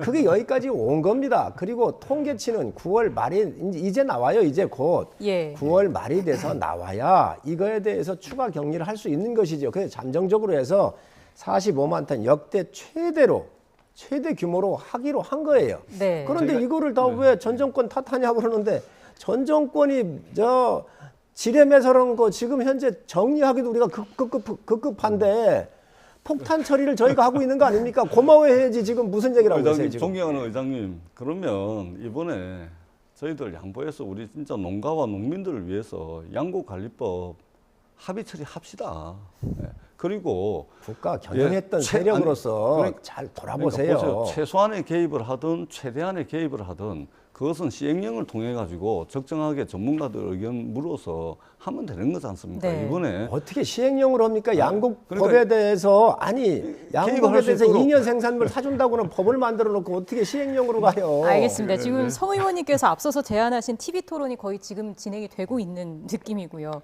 저희가 그 다음 주제에 준비해 놓은 게 있어서 마지막으로 두 분 한 말씀씩 30초만 듣고 주제를 넘어가야겠습니다. 이게 법안 내용을 아직 모르시는 분들이 있을 수 있어서 설명을 좀 드리면 양곡관리법 개정안이 쌀 생산량이 일정 수준 이상으로 나오거나 가격이 일정 수준 이하로 떨어질 때 정부가 이제 매수하도록 강제하는 거죠. 지금도 할 수는 있지만 강제는 아니고요. 한 말씀씩만 듣도록 하겠습니다. 우리 국민들께서 러시아 우크라이나 전쟁 보셨을 겁니다. 그다음에 인도가 이 밀 수출을 전부 다 막아버리는 바람에 곡물 가격이 얼마나 상승했는지 다 보셨습니다.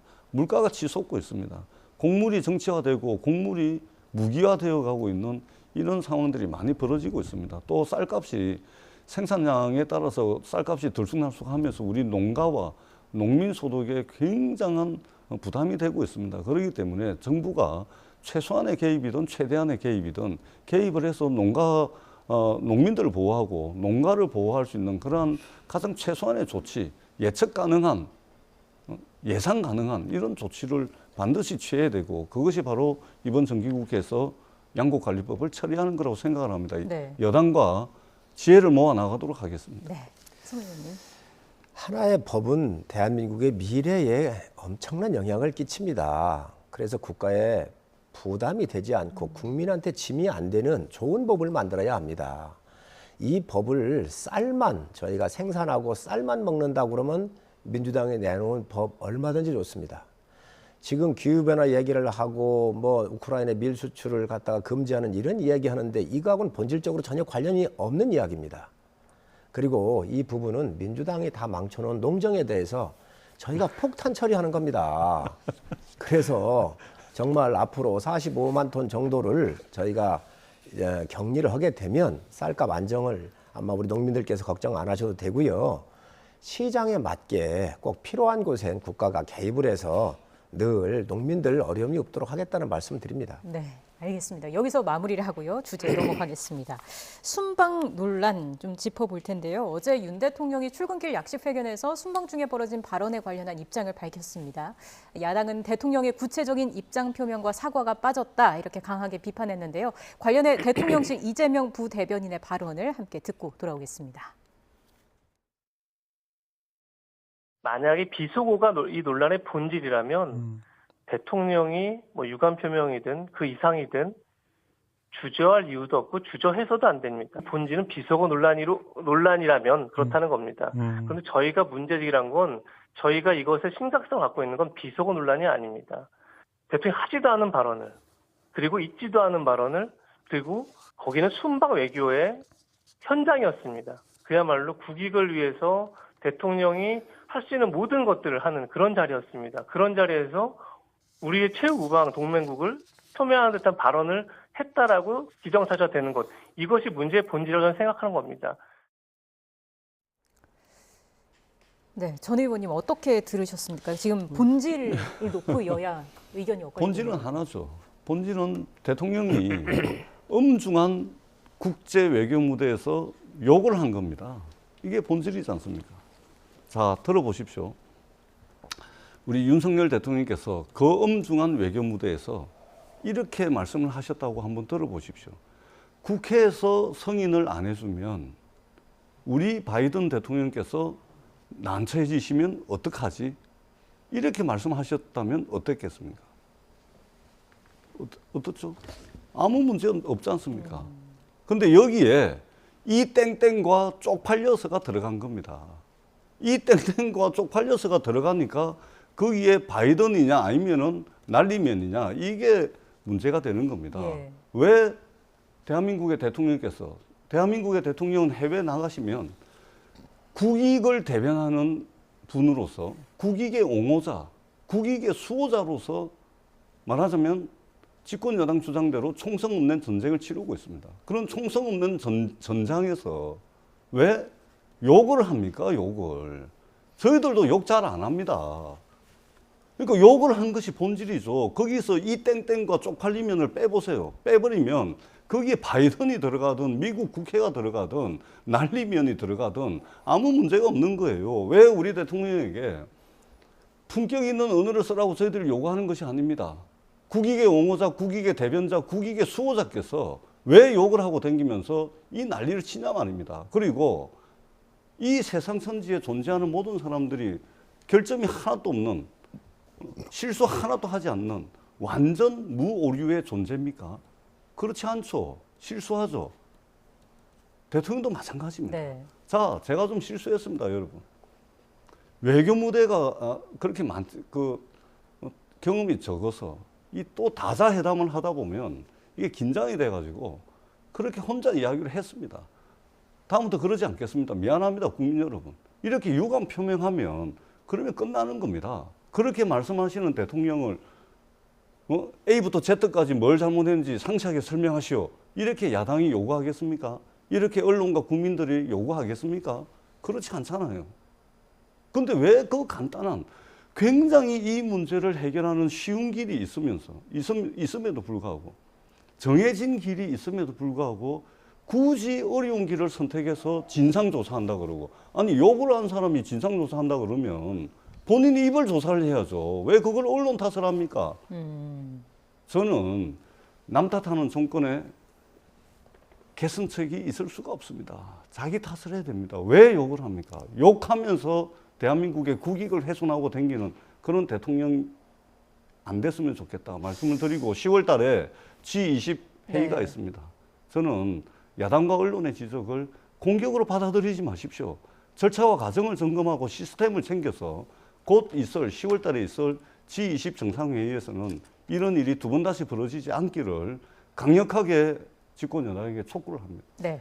전 의원님께서 야당 의원이어서 굉장히 행복하실 것 같아요. 요즘은 좀 부끄럽습니다. 예. 사적인 대화입니다. 사적인 대화. 저는 정말 조문회계에서부터 조문회계에 무슨 문제가 있었지요? 상대국이 해달라는 대로 해줬는데 거기에서부터 준비된 꼬투리를 잡기 시작을 한 거예요. 여기도 대통령께서 어떤 얘기를 하셨던 이런 판단이야 국민께서 하고 계시잖아요. 다 끝나고 나서 사적인 대화를 하시다가 사실 그거 기억도 못 할 거예요. 자, 그렇게 따지면 이해찬 대표, 박원순 시장 성비위로 자살해서 연결시장 갔을 때 뭐라고 한 줄 아십니까? 그 당시 기자들이 물어봤어요. 당의 입장이 뭐냐? 그러니까 이렇게 째려봤어요. 째려보다가 가면서 뭐라고 그랬느냐? 호로자식이라고 그랬습니다. 이해찬 대표. 사적으로 얘기한 겁니다. 그게 아마 잘못된 기자들이 거지요. 질문을 공식적인 질문에 대답을 안 하고 째려보고 가다가 호로자식이라고 얘기를 하고 왔어요. 얼마나 큰 욕인지 아십니까? 또 아마 이게 그 상황을 좀 설명해야 될 것 같아요. 제 기억에 아마 기자가 질문을 했는데 이런 자리에서 질문하는 게 아니다라는 취지로 이제 답변을 하면서 그런 얘기를 했던 걸로 기억하거든요. 기자가 묻는 거예요. 기자는 장소고 어디고 다 물을 수 있어요. 그렇지 않습니까? 자, 그런데 이거 같은 경우, 이 사건 같은 경우 대통령께서 공식적인 일을 끝내고 수행원 들어오고 가다가 어느 말씀을 하셨어요. 그러면 MBC 같은 방송은 공공적 방송이잖아요. 이 대주주가 국가기관이란 말이에요. 그러면 그 말에 대해서 지금 전문가들도 분석을 해보니까 다 틀리게 나오는 거 아닙니까? 그러면 이거 분석도 안 하고 자막을 조작 방송한 거예요. 또 그뿐만이 아닙니다. 어떻게 했느냐? MBC가 미국의 백악관과 국무부에 이메일 공문을 보냅니다. 어떻게 생각하느냐고. 세상에 있을 수 있는 이야기입니까 이게? 어느 나라 방송입니까 이게? 그리고 이 방송에 대해서 지금 여러 가지가 나왔는데 MBC가 방송하기 전에 민주당 원내대표가 박홍근 원내대표가 이거를 얘기를 했어요. 그리고 인터넷은 그 이후에 나왔단 말이지요. 그러니 저희 이야기는 뭐냐? MBC 의심하지 않을 수밖에 없는 거예요. 광우병 났었을 때 누가 앞장섰습니까? MBC가 앞장서지 않았습니까? 광우병 손먹고 지금까지 대한민국에 죽은 사람 한 사람이라도 있습니까? 채널A 사건 났었을 때, 검언유착 났었을 때 MBC가 조작에 제일 앞장서지 않았나요? 서울시장 보궐선거 할 때에 생태탕 다 해가지고 앞장선 게 이 방송 아닙니까? 그리고 이번에 또 여기 앞장섰어요. 세상에 대한민국 대통령이 외교무대에서 설사 실수를 했다 하더라도 곧바로 미국 백악관하고 국무성에 다른 언론사 보낸 데가 없습니다. 이 MBC가 공문을 보냈다니까요. 어떻게 생각하느냐고. 어느 나라 방송입니까 도대체? 지금 이런 여러 가지를 생각을 해야지. 물론 만약에 이 속에 뭐 욕이 있었다든지 이렇다고 한다면 바람직하지 않은 건 맞습니다. 그렇지만 외교 무대에서 동맹관계에 있어서 확인도 안 해보고 불분명한 이야기를 전문가들도 해도 각각 틀린 것을 자막으로 처리하면서 도대체 어쩌자는 겁니까 이거를? 아니 엄중한 외교 무대에서 욕을 해가지고 국익을 훼손하고 온 외신부터 해가지고 우리나라 140개 언론이 동시에 그걸 썼다고 뭐 거의 기사를 그렇게 썼다 그러던데, 아니 욕을 해가지고 대통령이 난리를 치는데 그것을 보도하고 그것에 대해서 입장을 묻는 언론사를 공격을 해야 되는 이 대한민국을 도대체 어떻게 봐야 될지 확인하고 요청을 해야지요. 저는 의아스럽다라는 말씀을 드리고요. 그리고 자, 요즘 이게 대통령실과 집권여당이 세상이 어떻게 변해가는지를 전혀 까막눈인 것 같아요. 왜냐하면 무슨 난리가 나면 그게 언론이 보도해야지만 국민들이 아는 것처럼 완전히 한 20, 30년 전에 사고가 머물러 있는 것 같아요. 언론에 보도되기 전에 이미 SNS를 통해 가지고 광범위하게 퍼져나가고 공유되고 난리 났다고 이미 그렇게 진행이 되고 있는데, 마치 무슨 뭐 MBC가 보도하기 전에 집권 여당의 원내대표가 이야기를 했다. 그것은 세상이 지금 어디로 변해가고 있고 이 4차 산업혁명 시대에 SNS의 역할이 어떻는지를 전혀 모르시고 하시는 말씀입니다. 그리고 우리 지금 시청하시는 국민들께서 혹여 오해하실 것 같아서 한 가지만 제가 첨언을 해서 말씀을 드리자면, 대통령실에는 독특한 취재 규정이 있습니다. 독특한 취재 규정이 있습니다. 그게 뭐냐면은 기본적으로 대통령을 취재하는 것은 기본적으로 전부 공동 취재입니다. 왜 그러냐면 이 대통령의 경호 문제, 안전 문제가 있기 때문에 대통령실에서 정하고 있는, 대통령실이 안내하는 순서에 따라서 기자가 번갈아 가면서 현장 취재를 하고요. 그리고 그렇게 취재된 사진, 영상, 텍스트, 이것은 대통령실에 출입하고 있는 모든 언론사와 모든 기자들에게 공유가 됩니다. 그러니까 특정 언론사가 무슨 뭐 단독을 하거나 뭐 그들만 딱 가지고 있다가 누구에게 넘겨주고 이게 불가능한 곳이 대통령실의 취재 규정입니다. 네. 이렇게 독특한 취재 규정을 둔 것은 대통령의 경우 안정상의 문제 때문에 그런 것이고 이 과정에서 MBC가 그날 말하자면 대표해가지고 카메라로는 MBC가 들어가고 팬 기자 대표로는 TV조선 기자가 들어갔던 겁니다. 그리고 모든 언론사와 기자들에게 공유가 됐던 것인데 마치 MBC가 자기네들만 가지고 있고 이것을 자막 입혀가지고 그냥 국익을 훼손하기 위해서 그렇게 했다. 세상 천지에 말이 됩니까? 국익을 훼손한 대통령의 욕설을 문제를 삼아야지 그것을 비판해가지고 다음부터 욕 못하게 다음부터는 욕 좀 안 했으면 좋겠다라고 언론의 기능을 제대로 하고 있는 언론사를 희생양으로 삼아가지고 이런 식으로 재물을 삼아가지고 되겠습니까? 저는 지금 전 의원님께서 얘기하시는 욕이라고 하는 것도 삼가해 주시기 바랍니다. 왜 그러냐면 이 땡땡 안 했습니까? 무슨 분이 했는데 그걸 전문가들도 다 틀리게 들어요. 다 틀리게 듣고 있습니다. 그렇기 때문에 그것도 조심해야 될 문제예요. 소리 전문가들한테 의뢰를 해서 다 보니까 방송 다 나왔잖아요. 각각 듣는 사람 속기사도 틀리고 전문가도 틀리잖아요. 그렇기 때문에 이런 부분을 좀 더 확인하고 공공방송이면 공정하게 해달라는 거예요. 이번에 우리가 문제를 삼는 것은 대통령이 그 말을 욕을 했고 안 했고가 아니라 그게 불분명하면 이런 의견도 있고 저런 의견, 전문가 의견이 있다 그래가지고 자막에 똑같이 내놓아야지. 외국 나가가지고 저 열심히 일하고 있는 대통령 그리고 공식적인 일이 끝나고 사적 측면으로 돌아갔을 때 그 한 이야기를 확인도 안 해보고 순서적으로 그런 거 아닙니까? 아 이게 잘 안 들리니 소리 전문가한테 의뢰한 다음에 그러고 나서 백악관이나 국무성의 의견도 물어보는 게 맞는 것이지요. 자막방송 내보낸다고 한다면 이런 의견도 있고 저런 의견도 있다고 공개적으로 정확하게 해서 양쪽을 다 얘기를 해야 공정한 거 아닙니까? 그런데 이걸 갖고 가가지고 마치 대통령이 엄청난 욕을 하고 미국 대통령, 미국을 뭐 욕하고 막 이런 것처럼 해가지고 이러한 일을 어떻게 방송이 하냐는 거예요. 그런데 이 방송국은 옛날부터 아까 말씀드렸지만 여러 전력이 있습니다.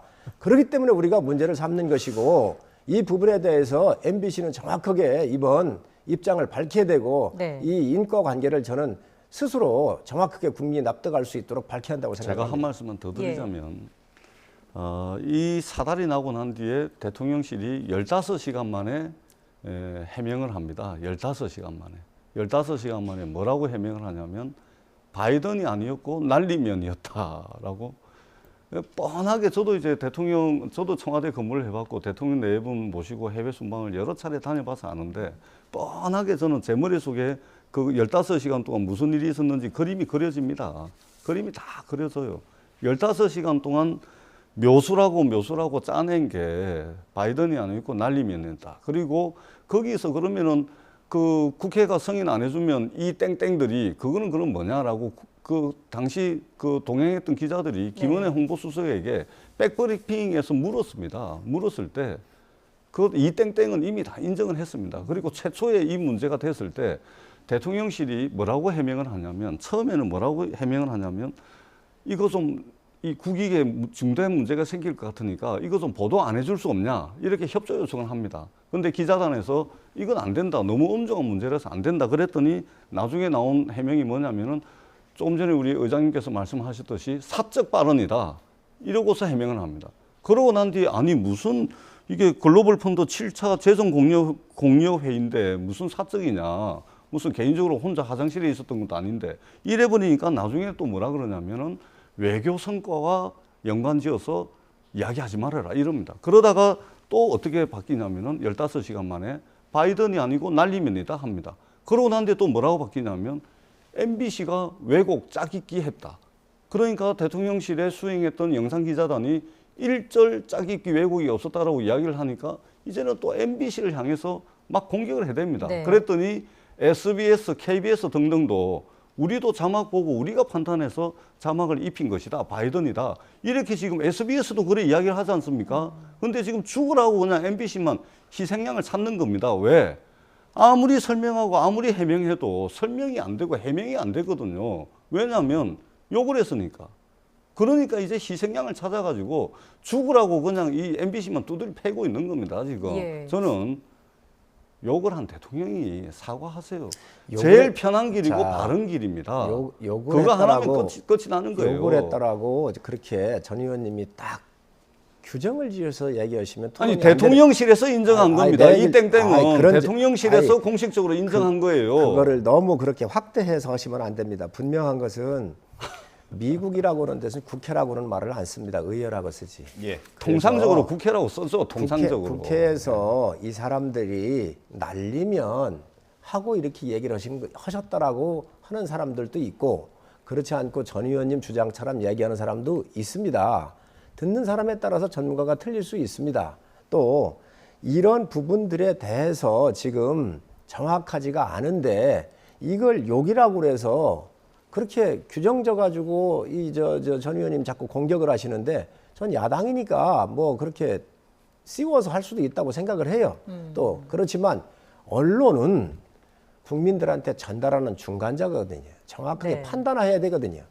그렇다고 한다면 이렇게 듣는 속기사도 있고 전문가도 있고 또 욕이라고 들었던 전문가도 있다라고 하는 것을 두 가지 측면에서 객관적으로 알려주는 게 맞다는 거예요. 네. 이거를 안 하고 있지 않습니까? 왜 언론은 얘기를 안 하시고 그저 대통령만 하나 하십니까?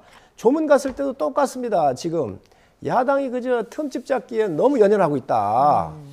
이게 바로 정쟁입니다. 이게. 저는 대통령께서 외교 무대를 다니시면서 마지막으로요. 욕은 안 하고 다니는 대한민국 대통령이었으면 좋겠습니다. 그래서 대한민국의 국익을 수호하고 대한민국의 국익을 옹호하는 분으로서 대한민국 대통령이었으면 좋겠다라는 네.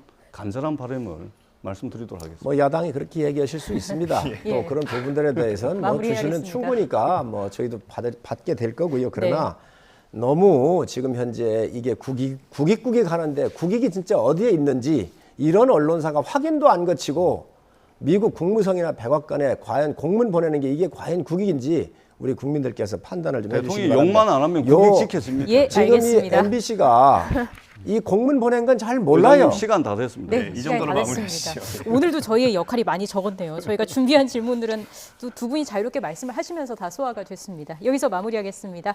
성일종 국민의힘 정책위의장, 전재수 더불어민주당 의원 두 분과 함께했습니다. 고맙습니다. 네, 감사합니다.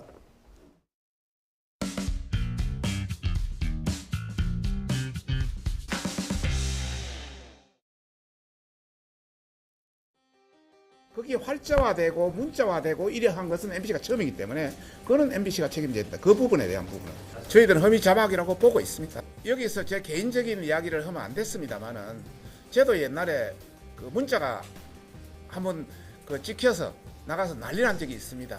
뭐 친박 비박해서 그 글자를 썼는데 하면 뭐 죽인다 뭐 이런 개념에 이렇게 나갔는데 전혀 뜻이 반대로 나가더라고요. 근데 그게 한번 언론에 나가면 그걸로 완전히 그냥 도배가 되어버리는 거예요. 아무리 해명을 해도 그게 아니다 해도 내가 쓴 내가 아니라 해도 그게 안 되더라고요. 그만큼 우리가 해석 차이에 엄청난 차이가 있고 여러분이 바베큐 효과라고 이야기하지 않습니까? 동영상에 자막 달아버리면 사람들 그게 그냥 세뇌돼버립니다. 사람들 그게 그냥 세뇌돼버립니다. 그래서 문제가 있다 이런 점. 왜 팩트가 있는데 팩트 확인도 하지 않고 말씀하신 표현 중에 국민들께서 이해됐다. 아니 그 표현을 혹시 세뇌라는 개념을 나쁜 표현으로 그것도 혹시 갈 것 같은데 자막으로 달아뺐기 때문에 국민들이 그렇게 인식했다. 세뇌라는 개념을 인식으로 좀 바꿔주십시오. 제가 그냥 막 나가다 보니까 조금 실수한 것 같은데.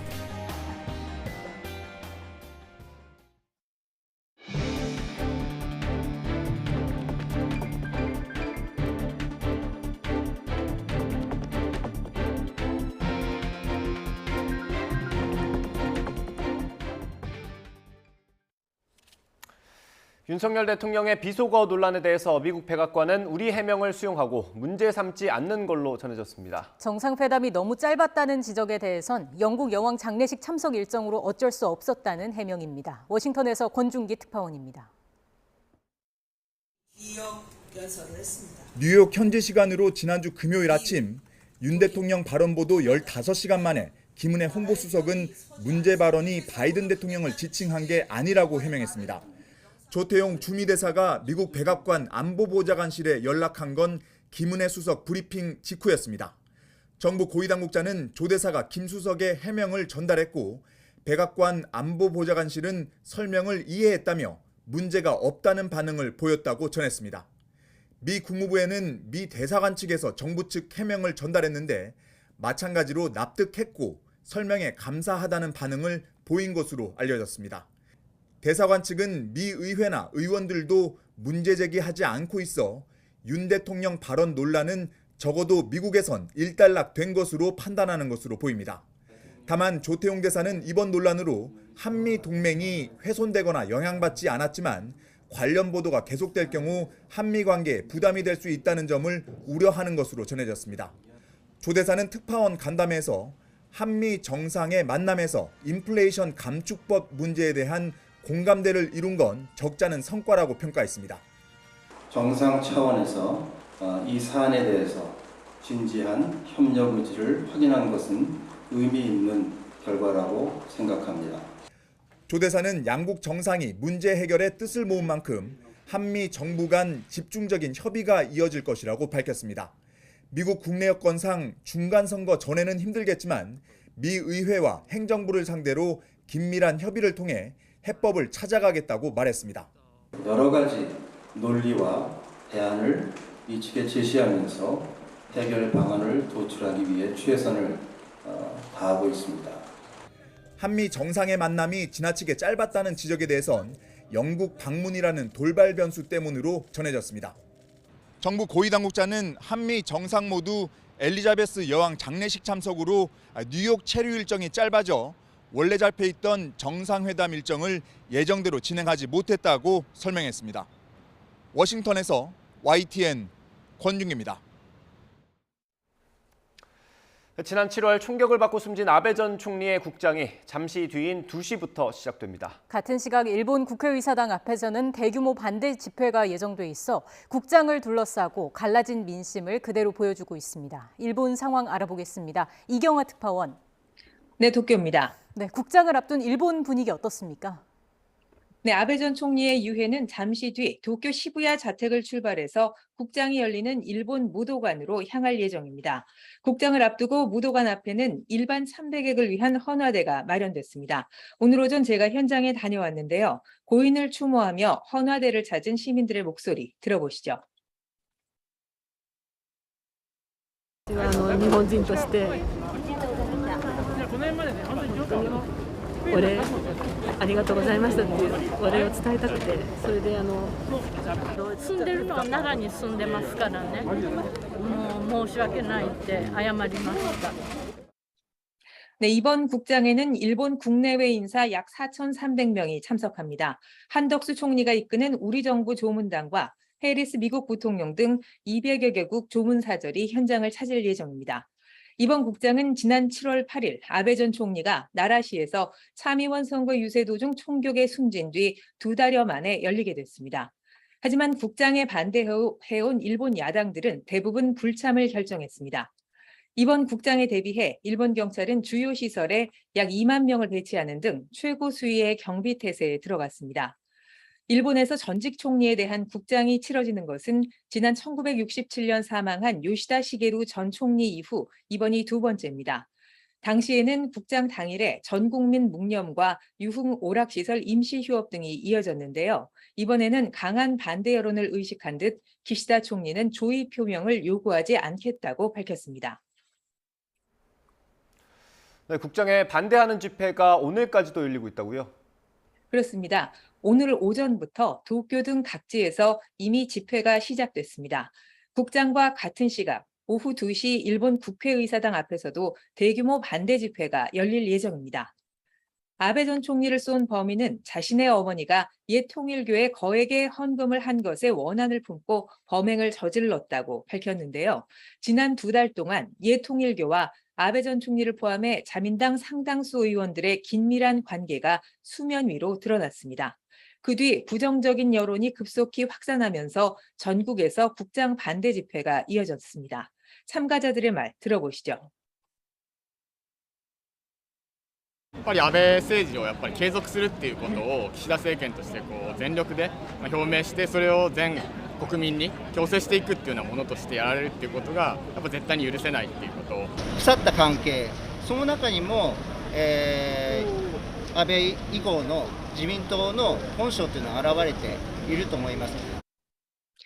네, 우리 돈으로 165억 원에 이르는 국장 비용은 일본 정부 예산으로 모두 충당하는데요.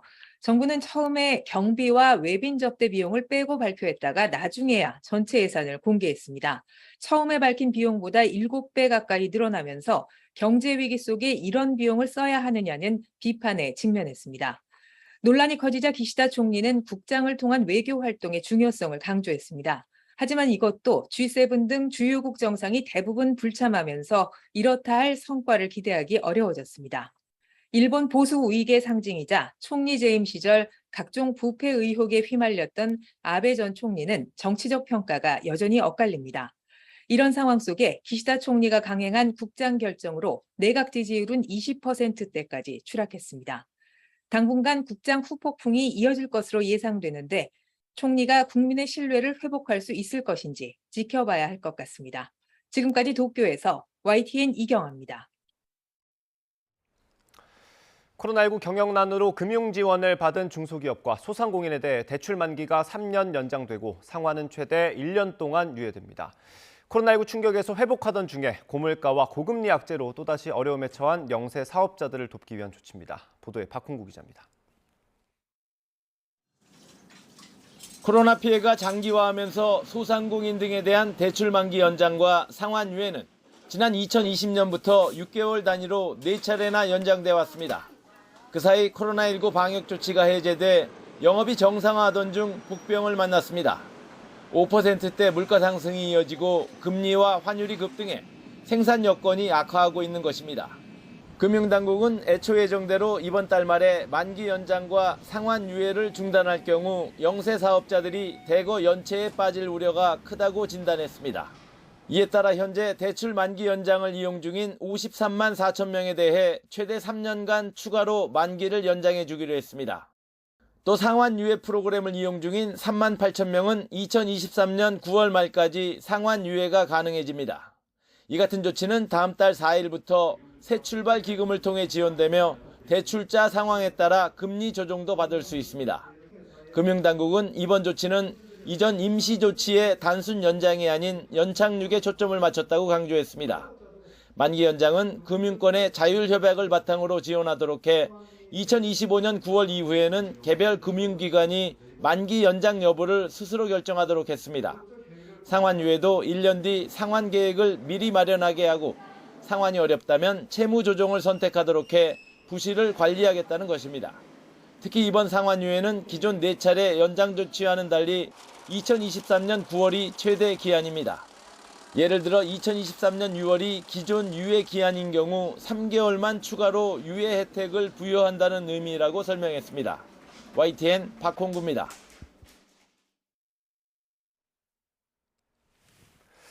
금융당국이 중소기업의 고금리 부담을 덜어줄 안심 고정금리 특별대출을 출시합니다. 금융위원회는 중소기업의 낮은 금리로 고정금리 대출을 제공하는 6조 원 규모의 안심 고정금리 특별대출을 오는 30일부터 신청받는다고 밝혔습니다. 고정금리 대출의 적용금리를 변동금리 대출금리와 같은 수준까지 최대 1%포인트 감면해주며 만기는 운전자금은 3년, 시설자금은 5년입니다. 지원 대상은 모든 중소기업이며 산업은행과 기업은행, 전국 영업점을 통해 신청할 수 있습니다. 어제 8명의 사상자가 발생한 대전 현대 프리미엄 아울렛 화재와 관련해 원인 규명을 위한 합동감식이 시작됐습니다. 합동감식에는 경찰과 국립과학수사연구원, 가스안전공사 등 8개 기관에서 40명이 참여했고 오전 감식은 10시 40분쯤 시작돼 1시간 정도 진행됐습니다. 경찰은 감식 후 지하 주차장에서 나와 CCTV 영상에서 불이 처음 목격된 지하 1층 하역장 인근을 관계기관과 집중적으로 감식을 진행했다고 밝혔습니다.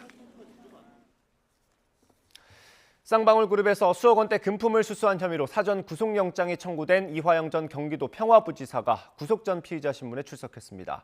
수원지방법원은 오늘 오전 10시 반부터 이 전 부지사에 대한 영장 실질 심사를 진행하고 있습니다. 이 전 부지사는 법원에 출석하기 전 취재진에게 자신은 혐의를 인정하지 않고 법인카드도 사용하지 않았다면서 법정에서 오해를 풀고 나와 입장을 밝히겠다고 말했습니다.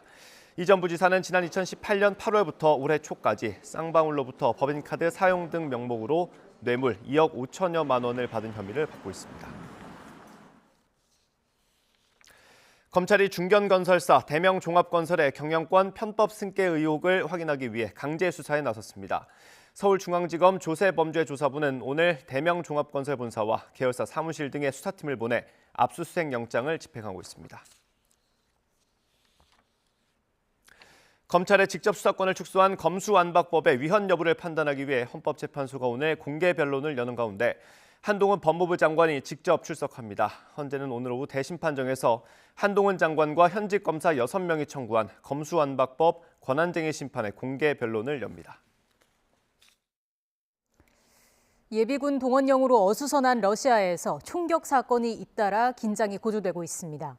러시아 중부의 한 학교에서는 총격으로 학생과 교사 등 40여 명이 숨지거나 다쳤고 시베리아의 군사동원센터에서도 한 남자가 총을 쏴 책임자가 중상을 입었습니다. 김진호 기자의 보도입니다. 러시아 중부 우드무르티아 공화국의 주도 이젬스크의 한 학교 앞입니다. 학생과 교사들이 놀란 표정으로 다급하게 대피합니다. 구급대원들은 부상자들을 연신 구급차로 옮깁니다. 한 남성이 학교에 들어와 총격을 가해 학생 등 17명이 숨지고 24명이 다쳤습니다. Просто спрятались под парты, да, тихо сидели. Там у всех ноги тряслись, я прям. 범인은 이 학교 졸업생인 34살 남성인 것으로 알려졌습니다. Нападавший покончил с собой. На данный момент установлено, что он был одет в черную майку с нацистской символикой и балаклаву. 수사 당국은 범인이 네오파시스트 그룹에 속한 것으로 보고 정확한 사건 경위를 조사하고 있습니다. 이번 사건이 동원령과 연관됐는지 여부는 아직 밝혀지지 않았습니다. 시베리아 이르쿠츠크주에서는 한 남성이 군사동원센터 안으로 들어가 직원들을 향해 총을 쐈습니다. 이 총격으로 센터 책임자가 심각한 상처를 입고 병원으로 옮겨졌으며 범인은 현장에서 곧바로 체포됐습니다. 이고르 코브제프 이르쿠츠크 주지사는 자신의 텔레그램 계정에 이 총격 사건을 알리며 구금된 범인이 반드시 처벌을 받을 것이라고 밝혔습니다. YTN 김진호입니다. 북한의 유엔 주재 대사가 최근 북한이 핵무력 법제화에 나선 건 미국의 위협 때문이라는 적반하장식 주장을 폈습니다. 한미 연합훈련이 한반도를 전쟁 위협으로 몰아가고 있다며 비난하기도 했는데 이번 주 미국 해리스 부통령 방한 기간 북한의 추가 도발 가능성도 배제할 수 없는 상황입니다. 보도에 차정윤 기자입니다. 뉴욕 유엔 본부에서 열린 일반 토의 연설에 나선 김성 유엔 주재 북한 대사.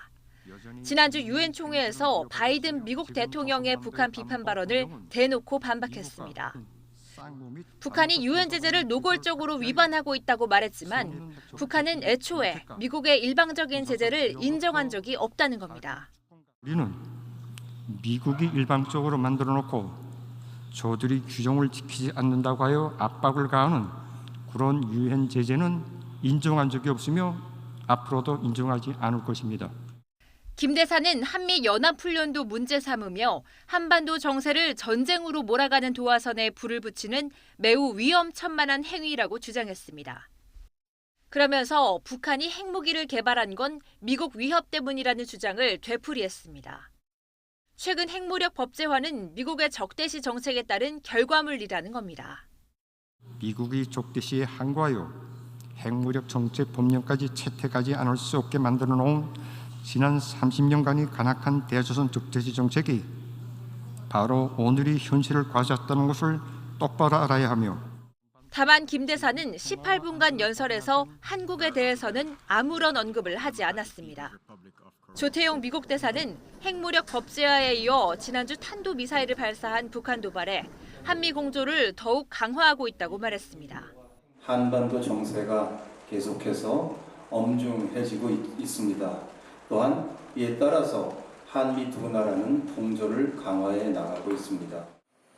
정부 고위 당국자는 해리스 부통령의 이번 주 방한 기간에 북한이 추가 도발에 나설 가능성을 배제할 수 없는 만큼 우리 정부 차원의 대응과 한미 간 공조 방안을 마련하고 있다고 밝혔습니다. YTN 차정은입니다. 네, 이제 눈에 닿는 풍경마다 가을이 가득 느껴집니다. 이곳 하늘공원은 핑크뮬리가 장관을 이루고 있는데요. 파란 하늘 아래 살랑살랑 흔들리는 핑크빛 물결이 참 아름답습니다. 다만 오늘 가을 날씨치고는 볕이 정말 뜨겁습니다. 지금 서울의 기온은 26도까지 올랐고 앞으로 28도까지 오르겠습니다. 입고 벗기 편한 옷차림 해주시는 게 좋겠습니다.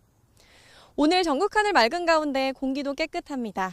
다만 동풍의 영향을 받는 영남 동해안 지방은 밤부터 빗방울이 떨어지겠고 5mm 미만의 비가 조금 내리겠습니다.